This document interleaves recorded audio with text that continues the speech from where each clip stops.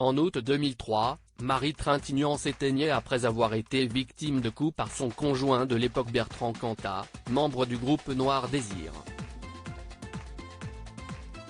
Elle avait alors 41 ans. Un drame auquel le père de Marie, Jean-Louis Trintignant, qui est mort vendredi 17 juin à l'âge de 91 ans, ne s'était jamais complètement remis. À l'intérieur de moi, tout est détruit. Je devais venir la retrouver ce soir-là et je ne suis pas venu. Si j'avais été présent, elle ne serait sans doute pas morte. Cette culpabilité me pèse beaucoup parce que je suis presque sûr d'avoir raison, avait-il déclaré dans un recueil d'entretiens à la vie, à la mort en mars 2018. La mort de sa fille Marie avait été un traumatisme de plus pour Jean-Louis Trintignant qui avait déjà été confronté à la mort de sa deuxième fille Pauline, une trentaine d'années auparavant. Nadine, Trintignant, et moi avions loué un appartement à Rome pour 2 mois, le temps du tournage du Conformiste.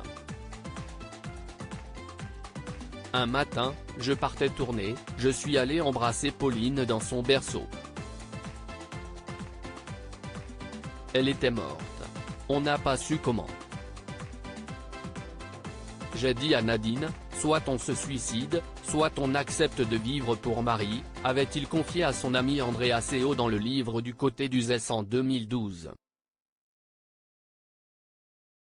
Bertrand Cantat, l'ennemi juré de Jean-Louis Trintignant en 2011, Jean-Louis Trintignant participait au Festival d'Avignon dans lequel Bertrand Cantat était aussi convié. La présence de l'ex-membre de Noir Désir avait choqué beaucoup de monde, Jean-Louis Trintignant le premier. Dans une interview accordée au Figaro à l'époque, le père de la défunte Marie Trintignant avait réagi avec force, « Je ne comprends pas qu'il puisse se présenter sur une scène cet été à Avignon. Ce qu'il a fait si est tuer une femme. Et pour cela il a fait 4 ans de prison. Je l'avais trouvé sympathique mais il a été incapable d'assumer quoi que ce soit après le drame, la mort de Marie en 2003. Et aujourd'hui, si est un homme que je déteste, et je vais dire une chose, il s'est conduit comme une merde et il est l'homme que je déteste le plus au monde, avait-il insisté.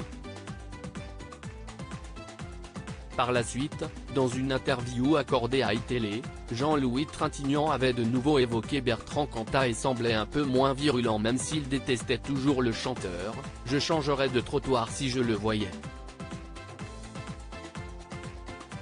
Je ne peux pas dire que si est de la haine, mais si est quelqu'un que je ne veux pas rencontrer. »